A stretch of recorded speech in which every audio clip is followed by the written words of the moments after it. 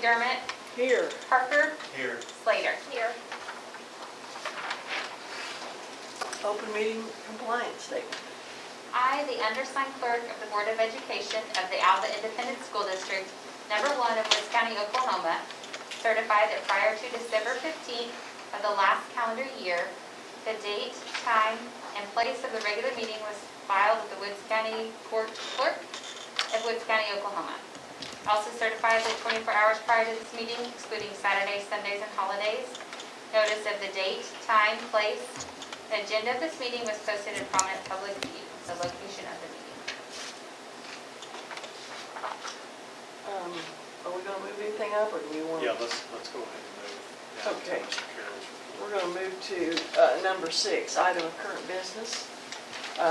6.1, discussion with possible board action, vote to accept the audit report from Pat Carroll of the firm Charles W. Carroll, PA, concerning the 1920 audit. Okay, so Mr. Carroll has joined us on Zoom, and so we'll make, hopefully technology works well, and go ahead, Mr. Carroll. Thank you. Do I need to put my mask on? You're good, thank you. Turn your volume up. This is your audit for the 1920 fiscal year. Do we have any new board members? No, we do not. No, sorry. We've been over this before. I'm going to go over some of this fairly quickly then instead of being real lengthy on the financial statements. But there are 2 opinion letters within the audit. First one is on page 4, 5, and 6. It deals with independent audit report, and it deals with the financial statements taken as a whole. We are on a modified cash basis of accounting that's approved by the state of Oklahoma that we're to report on. So as far as the state of Oklahoma goes, we found no material misstatements or significant deficiencies for the financial statements taken as a whole for themselves. There was one place in there where it talks about a basis for an adverse opinion. For the generally accepted accounting principles, it's because we're not on an accrual basis, we're on a modified cash by the state. Federal government would want us to be on an accrual basis of accounting, but we report to the state, so that's how we reported this information. Modified cash means that we show the monies only when we've actually received the revenues. But we show the expenditures when you as a board have approved the purchase order, whether or not we've received those goods and services and whether or not we paid for them at that time. We're going to show it as an expense, so it shows the least amount of money left to pay out of that fiscal year. Any monies that have been accrued on an appropriation by the board by June 30th for that fiscal year stay in that fiscal year. It doesn't move forward. We have to pay out of that year's monies. We can't spend the money from one fiscal year for expenditures from another. There are 3 major financial statements, Exhibit A, B, and C. Exhibit A is your balance sheet. It's broken into the governmental fund types, general, special revenue, debt service, capital project, trust and agency. Trust and agency are going to be your activity funds and your gift fund. But the activity funds only show up on the balance sheet. They do not show up on the income statement because those are small trusts that have been set up for the activity fund.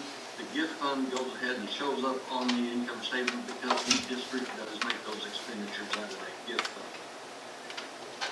Total memorandum column is just it just shows everything adds across. It shows the cash on hand for each one of those fund types, any liabilities that are outstanding, warrants payable or checks payable, any reserves that the different funds have. And then we have fund balances. They're either going to be restricted or unassigned. General fund's the only one that has unassigned fund balances, except under the fiduciary fund where that gift fund is, it's also unassigned at June 30. But it shows the debt service has $2,600 that is still restricted. The capital projects, which are your bond funds, if you had any money in there, it would show up there. The building programs are for the building fund, the monies that are remaining in the building fund to be spent, and then also the child nutrition.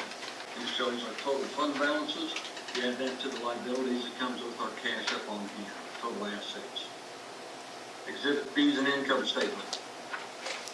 Again, it shows the same type of the fund types, or same governmental fund types, fiduciary, and then the total column. It shows the revenues collected by the major sources, the major types of expenditures that are made by each one of the funds, excess of revenues collected over under expenditures. See, we had a decrease in our general fund of $1,315,000. We have adjustments, though, into the special revenue and the general fund of $18,000. Those were reserves that had been set up in the previous year that, for whatever reason, we didn't receive those goods or services, so we did not spend those dollars, but they're not lost. They've been rolled into the current year. We also had a stop warrant in the general fund of $800. That was a warrant that had been issued, but for whatever reason, never got cashed or deposited. So we added it back into our fund. So then we had the total excess or deficiency of revenues collected over expenditures. Add that to our previous year's our beginning balance at the first of the year, and it gives us what our fund balance was at the end of the year, which would match up to the fund balances I just showed you on Exhibit A. Exhibit C is budget to actual. You can only spend however much money you actually have appropriated or budgeted. If you have other dollars that you want to spend, there has to be a supplemental appropriation made. In order to do that, it has to come to you as the board to approve it. It can't just be placed in there to be spent. There'd be a supplement that's brought to you, you approve it, you sign it, send it to the county. So it shows the original budget, the final budget for the general fund, your special revenue, and your debt service. See, there's no difference, so we had no supplemental appropriations. Then the last column in each one of those is what was actually collected and what was spent, what I just showed you on Exhibit B. If you'll look over on Exhibit C, under debt service, clear at the bottom you see that we had a negative last year in our sinking fund. That was due to an under-collection of more money due to some protests that are happening within your district and basically within your county. It was made up for this year. We collected that money late, so there is a balance of $2,600 in there now. Starting on page 7. And I've told you this before, but I go fairly quickly once I start. It just kind of comes out. But if you have any questions, I'd be more than happy to stop and discuss those with you. Bottom page number 7, are notes of financial statements. Again, a lot of good information, not very good reading. It's good to go over and see what you've got, what might be in there that you, or what's happening with your district, how it's set up, whether it's, if you had any long-term debt, any operating leases that are still showing out there. Your collateral talks about your property taxes and how they're collected. There's nothing really overwhelming in those notes this year. It's pretty basic. We don't have a lot of additional information, but if you look on page 13 and 14, it talks about the employment retirement system. If you had a retirement that you were responsible for, it would show up here, but it doesn't. It just talks about the one that is held by the State Department or the state of Oklahoma. You pay into the teacher retirement for the teachers and for the district. And on the first paragraph on page 14, talks about the contribution by the Alva district into the teacher retirement system for the last 3 years. So pretty substantial. After the notes, we have combining statements for the special revenue and also for the trust and agency. These are the balance sheets. It shows the money on hand. A1 shows the money on hand in the building fund and child nutrition. And it shows any liabilities are outstanding, and then what your restricted fund balances are for those two funds. A2 deals with the activity fund and the gift fund. Again, it shows the monies on hand, any outstanding or liabilities, which there are liabilities and outstanding in the activity fund. It's the checks that are outstanding plus the amount of money that's due to the separate individual activity fund sub-accounts. The restricted portion, or unrestricted really in this case, is the gift fund. $77,000 is just restricted to the gift fund. B1 is an income statement, a combining statement for the special revenue. It breaks out the child nutrition and the building fund separately. The total column is what you would see on Exhibit B under special revenue, but it shows the sources of revenue, the types of expenditures. If we had an increase or decrease from revenues over expenditures, you see we had an increase in the building fund, but we did have a decrease in our child nutrition fund. We also had adjustments to prior year encumbrances where money had been reserved, but for whatever reason it was spent, so it came back into that fund. And we had an excess or deficiencies of revenues collected over and under expenditures. We had a big increase in our building fund and a decrease in our child nutrition. Child nutrition last year was an odd year. Child nutrition never really pays for itself. You make more money off of free and reduced than you do on the sale of the meals. And nobody makes money on child nutrition. They may say they do, but nobody makes money on that. And then you combine that with the problem with COVID, where we were just providing meals for everybody. It was really hard to estimate where anything was in the child nutrition fund. But everybody's child nutrition fund had a decrease in their balance last year. Schedule C1 is the budget to actual for your building fund and child nutrition. Again, you had an original final budget, which we did not have a supplement in either one of those. And then the actual portion is what I just showed you on Schedule B1 for the child nutrition and the building fund. The far right-hand column is what shows up on Exhibit C under special revenues.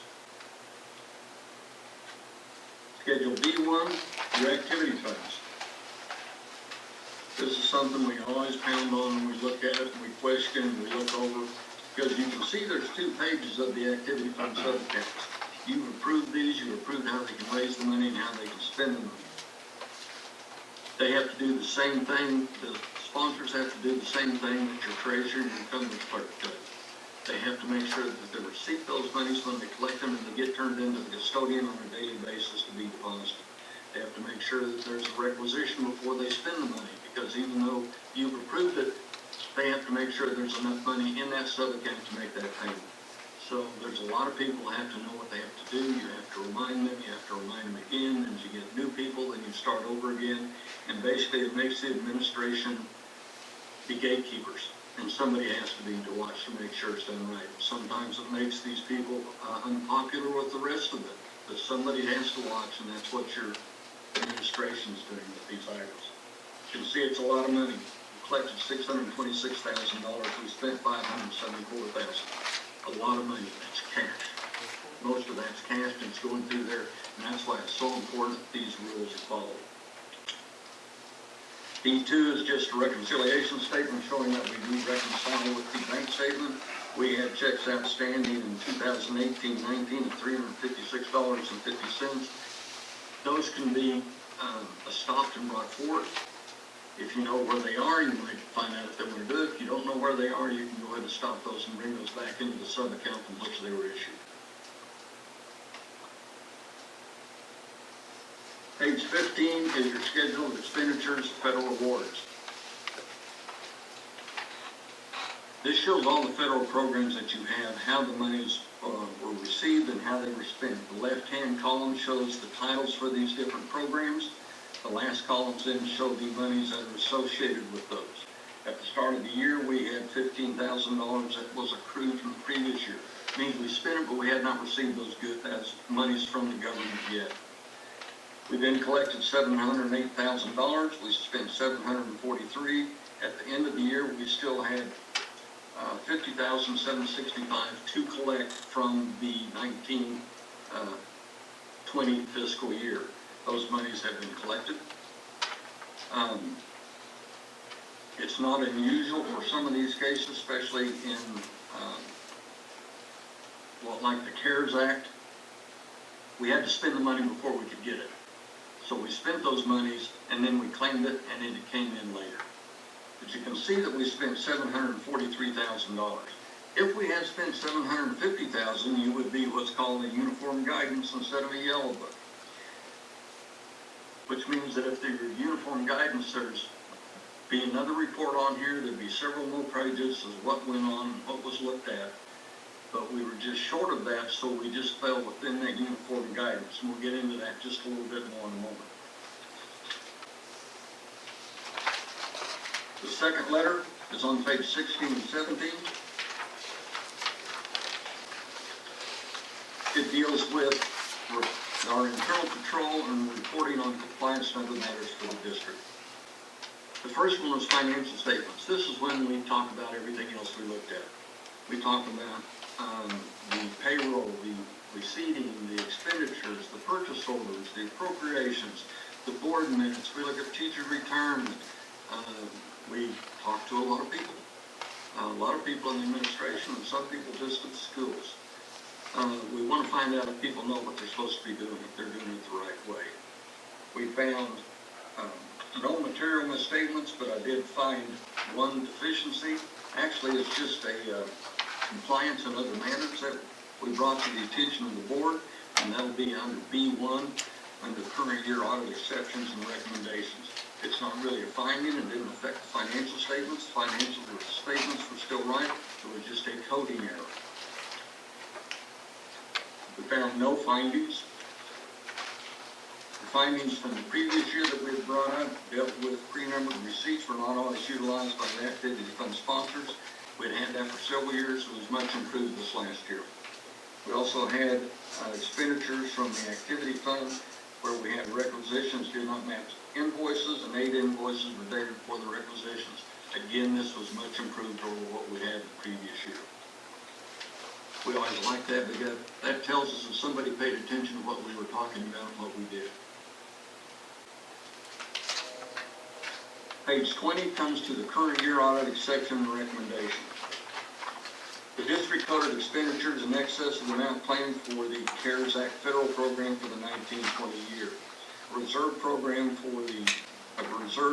the program expenditure was approved at June 30, 2020, but subsequently was unavailable and the expenditure was not made. The reserve expenditure in the amount of $38,000 was not removed from the CARES Act program code, but it shows what the code was. All federal program funding is to be tracked utilizing the prescribed OCAS expenditures and revenue project codes. The district should ensure that funds allocated allowable to the program are included. Why this is in here is because it's important, because the OCAS reporting showed an additional $38,000 to your federal programs. With that included in there, you became uniform guidance. You would fall under another whole set of rules, another set of reporting. But since the problem here was that we had the money that the coding should have just been changed to a regular district code and not the federal code, but that was not the information really that you got from the State Department when you called and asked them about it. And due to the circumstances, I just made it an exception. I put what you actually spent on the CFA and not what's showing on OCAS. And this finding in here is because the state's probably going to call and say, well, you don't match what we have. And this is the reason you didn't match what you had. Overall, it was a good report. We went through a lot of things we found in the past. We dealt with a lot of different items that we had, some different situations. We talked to some of the personnel about how, either for us or for them, we felt that they'd be improved upon. And every time we've talked to the people there, they've been very receptive, and we appreciate it. That was pretty quick. Are there any questions? Y'all have any questions?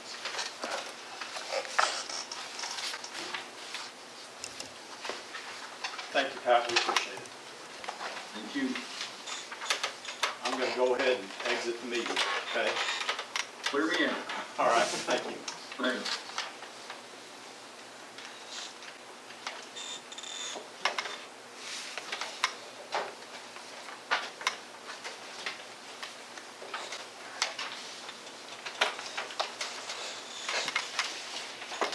Okay, entertain a motion to accept that as presented. Yes. So moved. Second. Slater? Yes. Parker? Yes. McDermott? Yes. Kane? Yes. Hanson? Yes. Let's go back to our consent agenda. All the following items which concern reports and items of a routine nature normally approved by one board vote unless any board members desire to have a separate vote on any or all of these items. The consent agenda consists of the discussion, consideration, and approval of the following. 3.1, addition of items of new business to the agenda. There are none. Minutes of the February 1st, 2021 regular meeting. Approval of the financial report. Approval of the activity fund report. And approval of the child nutrition report. Okay, so we'll go back to our minutes. Agenda item 3.2, and I did not see any errors with our minutes. Agenda item 3.3, we have three attachments that you can see. We'll start with the middle one with our investments, and all our investments from David Manning appear to be up to date and current. I also attached the monthly comparison of our chargeables. You can see that we continue to lag behind in our gross production, but you can see in two of our areas, our rural electric tax and our school land earnings, that we are above collection of both of those as compared to last year. I wanted to draw your attention again to the good work of our teachers and administrators when you look at these graphs that I show on a monthly basis, comparing our revenue and our expenses. Our administrative staff and teachers have done a really good job of being mindful and being efficient in their expenses. Just want to thank them for that. When you look at the third page of that attachment, it just provides an outline of those graphs. And you can see that we've collected $1 million less than last year, and we've spent $1 million less. And so thank you to our teachers and thank you to our administrators for being mindful with those expenses. And then finally, I added an extra report, I guess, just to kind of show you.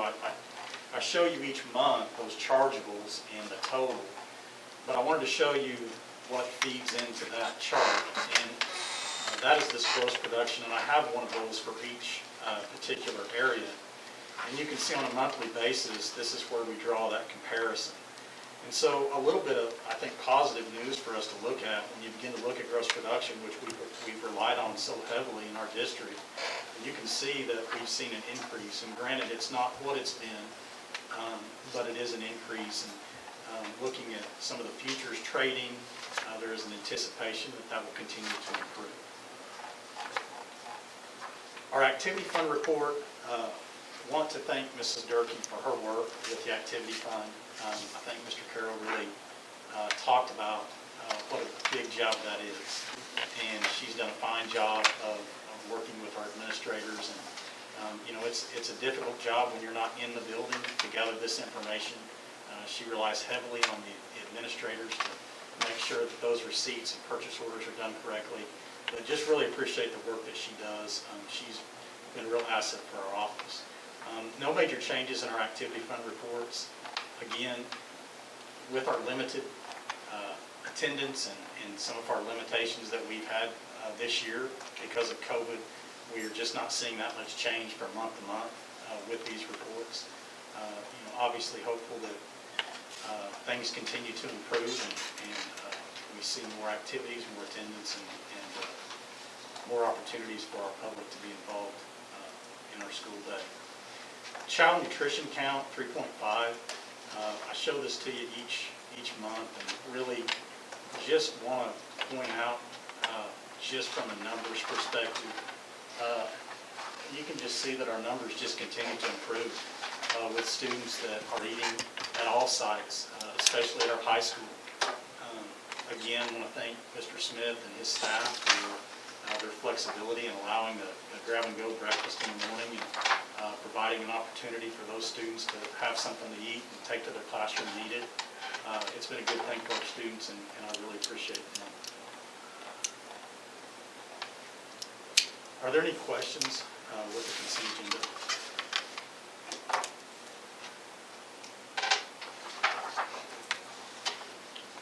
Entertain a motion? I'll make a motion, we approve the consent agenda, those items referenced in 3.2 through 3.5. Second. Hanson, Yes. Kane, Yes. McDermott, Yes. Parker, Yes. Slater. Yes.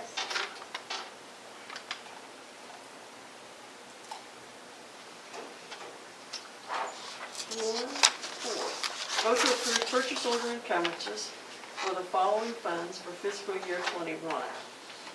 4.1, general fund as referenced. 4.2, building fund as referenced.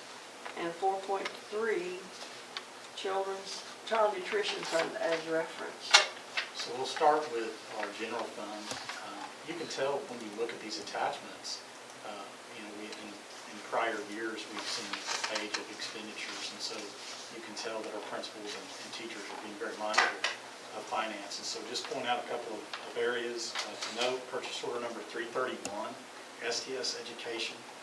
That is a federal program money that we're going to use to help replenish some of our Chromebooks at the middle school site. So we'll spend that, we'll receive it, and then we'll be reimbursed. Purchase orders number 344 through 348, those are all repairs to our activity buses. I know talking to Mr. Ellis today, we have a part coming in to make sure that we have all of those buses running hopefully tomorrow. 4.2, our building fund.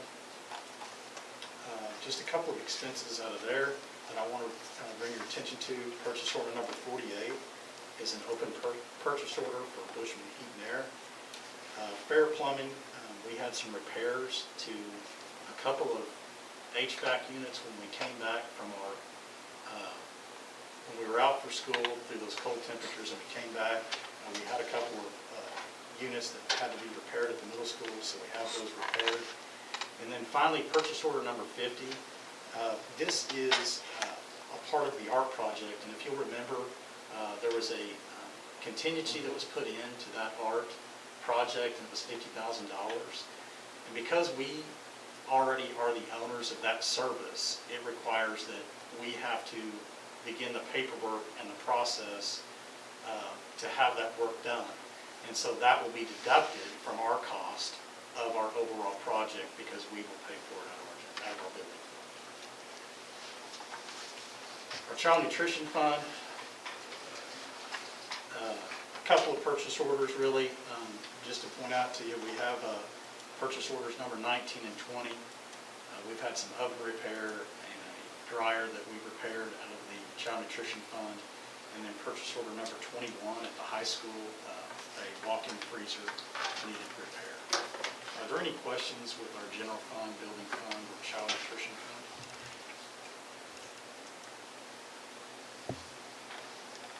If there are none, I would recommend its approval.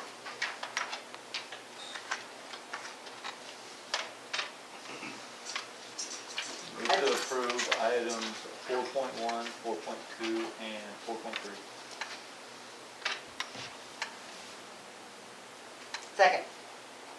Slater? Yes. Parker? Yes. McDermott? Yes. Kane? Yes. Hanson? Yes. 5, superintendent's report. Okay, we want to start first with some resignations and retirements. We'll start first with Ms. Lisa Vermilion's resignation. She had a great opportunity for her and her family, and we wish her the best. She did a great job as our attendance secretary here at the high school. And with her leaving, we have a reassignment, and Mrs. Gale will be working as an attendance secretary at both middle school and high school, and split that time and allow those secretaries time for lunch breaks and so forth. I want to recognize Steve Gale. If you look at that letter, 36 years of teaching, we just really appreciate his dedication to our students and to our district, and wish him the best of luck in retirement. And then finally, Mrs. Gagnon, long time kindergarten teacher, 21 years here with Alva Public Schools. We are very thankful for her service. As a parent who has had her teach my kids, she's just an outstanding person, and she will be dearly missed. Some communication that I just wanted to draw your attention to. We received an email last week that March the 4th, the State Teacher of the Year will be announced on the State Department of Education Facebook page at 10 a.m. And so as we all know, Ms. Starbuck is a finalist for that. And so just wanted to remind everybody, we will send out a reminder to our community to watch that live on What's that Facebook. date? On March the 4th. This is with our legislative session beginning, there are more bills than I could even begin to talk to you about with education. A couple I just want to draw your attention to. House Bill 2074 and Senate Bill 783 are bills that deal with student transfers. And the appeal process with these transfers in many of these bills, and in these in particular, take these to the State Board of Education. And so we feel like local control is really important. And the Senate bill is a bill that looks at schools setting capacity to determine whether or not they accept transfers. All of these wouldn't take effect next school year, it would be the following, but something to be mindful of, and I think it piggybacks on this next bill, 2078, and that's changing the funding formula from a 3-year to a 1-year. And the reason why that's, our administrative group is opposed to this bill is 3-year funding allows us time to plan and budget. And enrollment, as we know, fluctuates. And it especially is, we've seen lots of fluctuation from COVID. And so to move that to a 1-year really makes administration hard-pressed to make budget decisions. And so that bill is moving along. It has cleared the House and is moving towards the Senate. And so there's a lot of concern that this bill will continue to gain momentum and be passed. And so, you know, I think that as a district and as a board, we certainly should be mindful of these things. It is economically a challenging time. And in the budgeting decisions of the district, it's important that we have some leeway to plan for the future. And limiting or reducing that amount to 1 year is going to make it very difficult for us. That is all I have.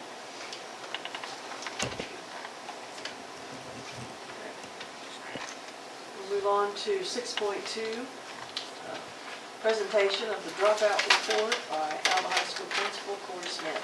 Mr. Smith. All right. I'm happy to report we have 0 dropouts to report for the 19-20 academic year, and nor have we had any for this school year. Where dropout is basically a student attends your school and then they either leave it by graduation or enroll in another school to not be considered a dropout. So, and where this plays into our state report card is they follow you for 5 years. So if they're a dropout, they follow that cohort. So it's important for us, and what we've been doing is researching where those kids go. If they transfer in-state, no problem. It's the student information system tells us that they're there. The problem comes when they go to a Kansas school or they enroll into a GED school or any other state around us. That's when we have to do some research and provide documentation to the state so we can get them off the system. At this point, we've removed over 10 that would have counted as a dropout by the office staff, Ms. Smithy, Ms. Vermillion, reaching out to families that they personally knew to find out exactly where those kids are. Did they graduate GED program or did they go to another school? So then we just upload that documentation to the State Department and it drops off, which helps our report card in the long run. So that's something we're going to keep going. So. Thank you, Mr. Smith, Yep. and your office staff, because it does take time, and to track these students in the state. We just appreciate the effort there, and we appreciate the dividends that we pay in our report card, so thank you.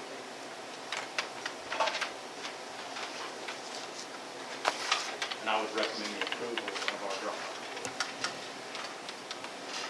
I'd make that motion. Second. Hanson, Yes. Kane, Yes. McDermott, Yes. Parker, Yes. Slater. Yes. 6.3, discussion with possible board action, vote to approve the revised extra duty assignments. So we have 3 revisions to our extra duty assignments. We have Brandon Ellis, who helped us as an assistant football coach at the middle school, will also be our head boys track coach at the middle school. We also are going to be able to have a slow pitch season, so we have additionally added Mrs. Stratton, Coach Stratton and Coach Taylor, and you can see that noted on page 4 to our extra duty salary schedule. If there are no questions, I would recommend its approval.